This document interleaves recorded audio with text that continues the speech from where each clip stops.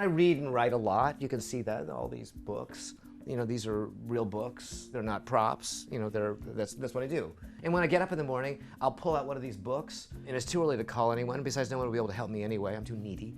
So I'll grab one of these books, and I'll start reading it until I find something I can write about. That's what I do every morning.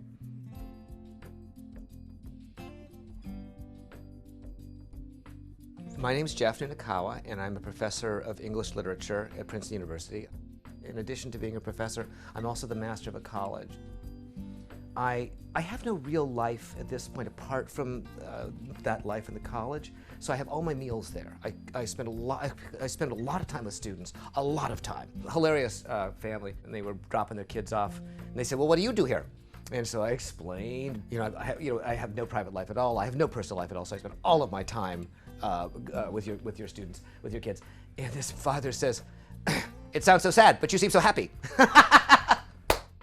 I have a pretty good sense of when they're hurting and what I might do to help them.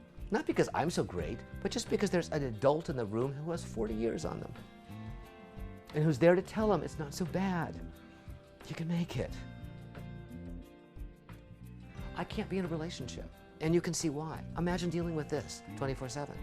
Seriously, it's impossible. And I was in relationships, and they all, in one way or another, they all went to hell.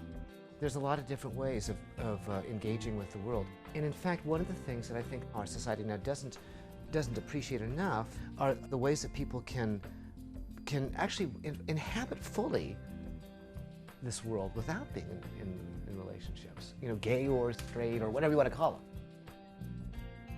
So between the writing and the students, I got a life. It's in some ways a crazy, in some ways, whatever. But it's a good life. I'm alone, but I'm not alone. Yeah. I didn't know this was going to be the visual. I didn't know you guys were going to look like this. It's so cute. I love it. I love it.